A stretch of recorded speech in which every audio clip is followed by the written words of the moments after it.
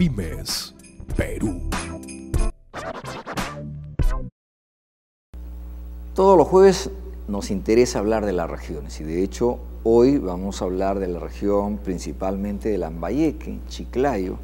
Vamos a dar la bienvenida a nuestro colega Rolando. ¿Cómo estás? ¿Qué tal, Buen día. Rómulo? Muy buenos días, amigos televidentes.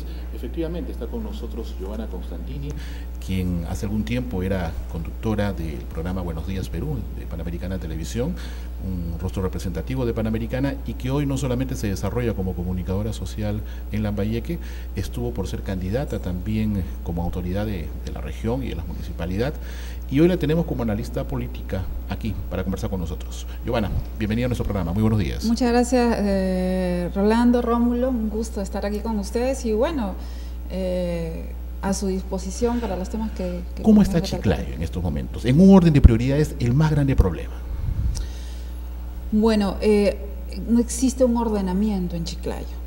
No, yo creo que en estos dos últimos periodos Chiclayo enfrenta una grave crisis social, política, económica y aparte la inseguridad que, bueno, yo creo que es un problema ya nacional. Pero ¿cuándo empiezan, digamos, los peores problemas? Sabemos que está en crisis, pero ¿cuándo empieza todo esto? En realidad yo creo que sería injusto decir que 1 o 2 o 3 periodos atrás. Yo creo que es un problema que arrastramos en realidad desde muchos, estamos hablando 20 o 30 años atrás, por la forma como se hace política, no solo en provincias, sino a nivel nacional. Claro, pero en este caso específico de Chiclayo tiene una particularidad. Un alcalde que es suspendido, que luego regresa al cargo y que hoy una de las candidatas al mismo sillón es la esposa o en todo caso su pareja, que en Chiclayo no hay candidatos digamos que sí tienen honor, que sí tienen dignidad y que sí tienen capacidad de gobernar. Bueno, hay una buena lista de candidatos para la alcaldía en Chiclayo como para el gobierno regional también. Efectivamente, usted se refiere al señor Roberto Torres González, correcto, que es alcalde muy cuestionado. Su pareja, bueno, es candidata no a la alcaldía de Chiclayo, sino de otro distrito, de otra provincia de Lambayeque. Y hay un cuestionamiento también por un tema de la edad, de la diferencia de edad y ciertos escandaletes que ya van por otro orden, ¿verdad? Correcto, pero yo, la verdad, esos temas me parecen nimiedades tratar cuando hay problemas más graves. Pero que sí ocupan, digamos, la portada de los medios de comunicación allá. Es uno de los puntos de ataques en realidad a la actual autoridad, pero como yo lo digo siempre, el problema no es quién o quiénes se presentan, el problema es que no existe la capacidad, no existe la formación política, la conciencia ciudadana, porque arrastramos un nivel de educación paupérrimo, ¿no? En Lima, imagínate en provincias como Chiclayo, con distritos tan pobres, con zonas donde hay colegios o un colegio es una sola pieza, ¿verdad? Entonces, donde la pobreza no es, eres pobre o no pobre o pobreza extrema, la pobreza es absoluta. Ahora, el otro problema, de hecho, en Chiclayo es, por ejemplo, el mercado número 2 del Perú. Me estoy refiriendo al mercado de Mochoqueque. Exacto. El acceso al mercado, la seguridad y la limpieza definitivamente es un caos. Nosotros hemos hecho una nota hace algunos meses y nos llama realmente la atención de que no haya evolucionado para bien. Es que eso corresponde, por ejemplo, al distrito de José Leonardo Ortiz. Pero lo ve la provincial. Y es uno también, y es uno de los caballitos de batalla de los candidatos, no al momento de ingresar. Una vez que llegan al poder, se obligan que el mercado Mochoqueque debería ser uno de los puntos de ingresos más importantes del departamento. Estuviste a punto de ser candidata. ¿Qué pasó? Bueno, cierto, estuvo como precandidata del Frente Amplio, pero fui consciente de que luego de algunas eventualidades, yo creo que las diferencias dentro de los partidos políticos son positivas, son buenas porque te permiten crecer. Y es parte de la democracia también. Y es parte de la democracia. Pero cuando tú sientes que no existe todavía dentro del equipo de trabajo un camino trazado por el cual debes seguir, y de repente te dicen nos alineamos acá o para allá y tú sabes que no es la ruta que tú planteas, entonces es mejor dar un paso al costado y esperar el momento adecuado. Entonces, sin embargo, mi respaldo, mi apoyo al partido, a este movimiento que en realidad está naciente en diversos puntos del país, aquí también, es continuo. La intención política de todas maneras está ahí. Mira, todos las personas somos animales políticos, te mentiría si te digo no, o sea, pero yo apunto hacia de repente a cambios más grandes. No, hablando de cambios más grandes, ese es un tema que me parece interesante. Quiero entender que estás pensando en un tema congresal, en un tema nacional, pero quisiera detenerme pasando de la provincia de Chiclayo a la región Lambayeque, claro, en materia de desarrollo económico. Se dio la disposición para desarrollar el parque industrial cerca a la sede de la región, cerca al mar, Puerto Ete. Se dio esta convocatoria para lo que es todo Olmos, toda esta parte de Batangrande que coge para la irrigación, la zona agrícola. ¿Cómo ves desde tu análisis entonces el desarrollo económico para la región? ¿Qué ha hecho o qué no ha hecho las autoridades para facilitar que esto realmente dé un salto mayor? Bueno, los gobiernos regionales en Lambayeque se han caracterizado justamente por la inacción, se han caracterizado por permitir que el sistema que domina, el sistema de mercado, ponga las reglas aún en las regiones. El proyecto Olmos es justamente una de las grandes luchas de Lambayeque, un proyecto que ha significado una frustración para nuestro campesinado, un proyecto que fue diseñado para nuestros campesinos, que fue diseñado y que ya estaba con estudios definitivos por parte de los rusos, por ejemplo, para que sea una obra de generación de energía también, que hubiese solucionado el problema energético, estamos hablando de un 70% más o menos en el país. Y que lo vamos a necesitar tarde o temprano. Y que no se va a poder hacer. ¿Por qué? Porque decisiones políticas equivocadas, ¿tú cómo te explicas que teniendo un presidente regional como Yudes Simón, que luego pasa a la presidencia del Consejo de Ministros, acepta que vaya el proyecto del Alto Piura sin estudios definitivos, con estudios de factibilidad fallidos, lo cual mermó la capacidad de agua tras pasar por el túnel y cambiaron todo el diseño del proyecto Olmos? El proyecto Olmos ahora se ha convertido en lotes que le pertenecen a las transnacionales. Etanol. Lo que le hicieron creer a la gente fue que el proyecto Olmos iba a generar millones de puestos de trabajo. Y ese 20% que de acuerdo a ley establece deben ser participantes micro y pequeñas empresas del sector agro, ¿no se ha dado? No se ha dado, por supuesto que no se ha dado. El mayor número de hectáreas que se lo ha llevado Gloria, por ejemplo. Sí, claro. Ahora, nosotros hemos visitado algunas zonas cercanas donde la producción de sorgo, con esfuerzos de microempresas que tienen pues 3 hectáreas, 5 hectáreas, es una cosa increíble, Rolando y Giovanna, encontrar con puro esfuerzo a tecnificar el riego, pero sorgo que sirve para harina, para pan, para combustible, biocombustible, y se ha hecho funcionar una motocicleta con la producción de ellos, que sirve para alimento de ganado, pero no tienen el apoyo de nadie.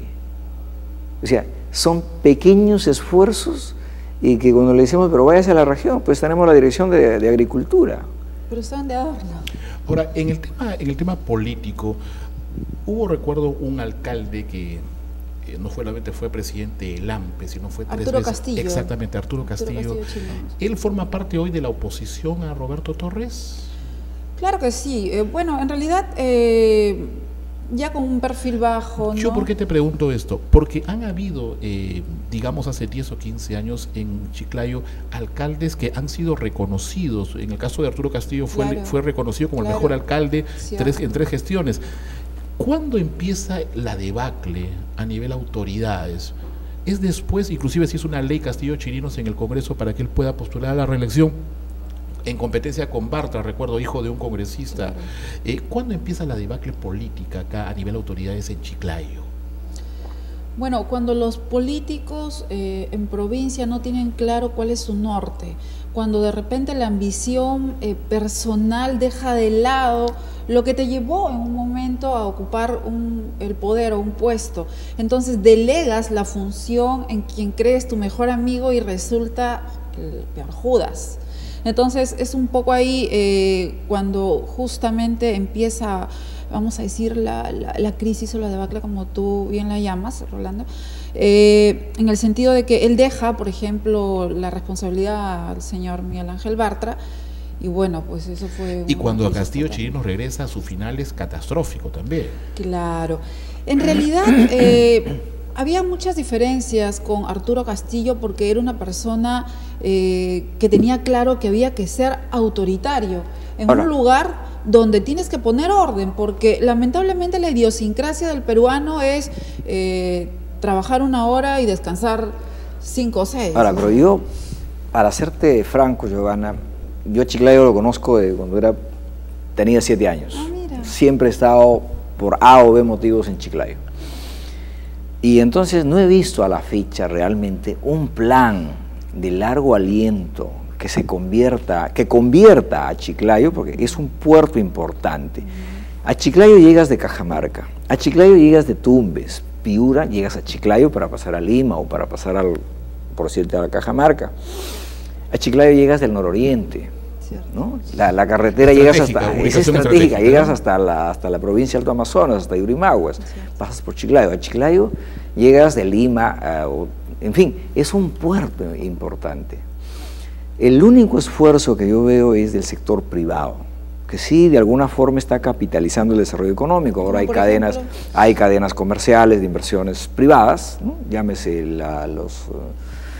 los megas plazas, ¿no es cierto? Pero del Estado no veo. Se quedaron con tinajones, con el reservorio de tinajones, que de alguna manera eso viene de hace muchos años, pero no se han hecho más obras de envergadura. Entonces yo diría que Chiclayo sufre pues un retraso de 30, 40 años.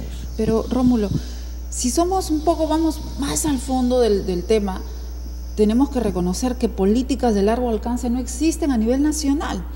Perú no tiene una política de Estado a largo plazo. Imagínate cómo es en provincia. Muchas veces tenemos el concepto equivocado que porque llegan, por ejemplo, los grandes supermercados a zonas como Chiclayo, ya existe un crecimiento económico, pero hay que ver el fondo del asunto, donde justamente estas empresas privadas son las que generan la sobreexplotación laboral. No es un crecimiento económico en realidad, en todo caso. No es un crecimiento económico. Hay una presencia de empresa privada ahí, como hay en varios lugares del Perú, pero no es que haya un crecimiento económico, ¿no? O sea, una cosa es Ripe y Saga acá en Lima, que son empresas chilenas, se lo y otra cosa es Gamarra, todo, por ejemplo, ¿no? Se lo llevan todo, porque al peruano, al provinciano, lo hacen trabajar 12 horas y te pagan por 8. Y si reclamas, estás afuera. Estamos viendo, lamentablemente. Ahora, hemos perdido más bien en este caso, Lambayeque, tenemos el caso de la azucarera, por ejemplo, de Pomalca, que ha venido a menos. Es que imagínate, en Pomalca la crisis es terrible. Existe una administración judicial donde las leyes se han dado, o su permanencia se ha permitido a través de los congresistas que lamentablemente representan a los lambayecanos y que hacen las leyes a su gusto. ¿Y cuál es la percepción de justamente esos congresistas, en caso de Velázquez Quesquén, por ejemplo? ¿Qué dice la población de sus representantes en el Congreso? Mira, hay dos caras de la moneda. Los lambayecanos somos conscientes de que prácticamente los representantes nuestros no existen. Dime tú qué han hecho por Lambayeque en temas puntuales. Vamos a decir, la minería, la explotación, que es un tema que nos convoca, Olmos y la minería. La minería en la zona de Cañaris. ¿Qué han hecho? Los 5 congresistas firmaron el acuerdo del Ministerio de Energía y Minas de promover la inversión minera en la zona. O sea, la voluntad popular, ¿qué importa?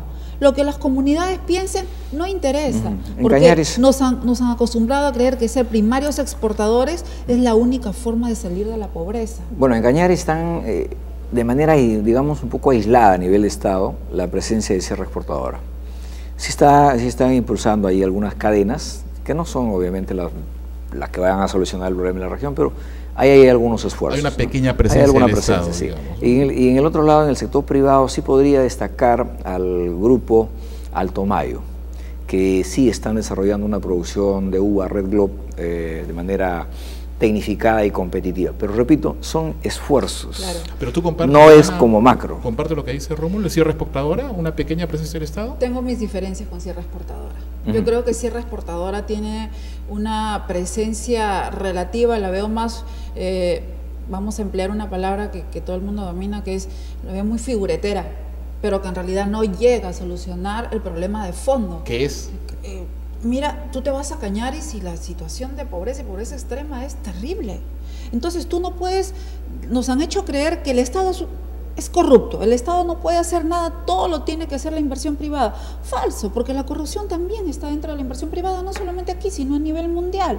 Las grandes instituciones económicas mundiales, mira cómo están, ¿no? Entonces, ¿qué pasa? El Estado no cumple con su responsabilidad en la zona de Cañaris, en las zonas pobres, no solamente Cañaris, en diversas zonas pobres de Lambayeque, y quieren que el privado lo haga. Y digamos, representantes de la región que sean cajas de resonancia para llevar este mensaje. No hay.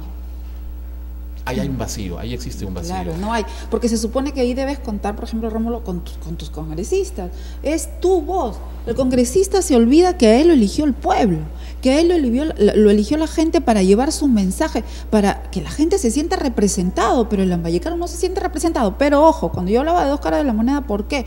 Porque el lambayecano no es consciente de eso, no es consciente ni de sus derechos, no sabe que tiene que exigir. Ahora, y que tiene 5 representantes en el Congreso, ¿no? Ahora, Lambayeque tiene un presidente Acuña, un congresista Acuña por Lambayeque. Claro, Virgilio. Y los Acuñas vienen de ser, son empresarios. O sea, independiente de la actividad política, son empresarios. ¿No ha logrado eso realmente a revertir un nivel gerencial? Si me preguntas, mi opinión claro, personal, porque no. esa es tu opinión que queremos saberlo. La verdad no. No existe un liderazgo. Porque tú a lo que un poco aspiras es que el líder de tu región te represente. Porque estamos hablando de alguien que ha asumido un liderazgo, digamos, si no cualitativamente, sí cuantitativamente en lo que es universidades a nivel nacional, ¿no? Sí. Claro. Y que tendría que ser, si hay una intención política como que existe en el caso de los Acuña, en el caso de César Acuña de querer llegar a ser presidente, tendría que ser acaso una cuna de líderes, de formadores, de nuevas generaciones de peruanos, cosa que no es verdaderamente, se acerca a la realidad, ¿no? Son dueños de 4 universidades, si no me recuerdo. Claro, en las universidades, algunas de las más grandes en Chiclayo son justamente de los Acuña, ¿no? Entonces, yo creo que promover la educación es importante, es positivo en un país como el nuestro, donde la educación es en lo que menos importa y en lo que menos se invierte. Pero, ¿qué clase de educación estamos dando?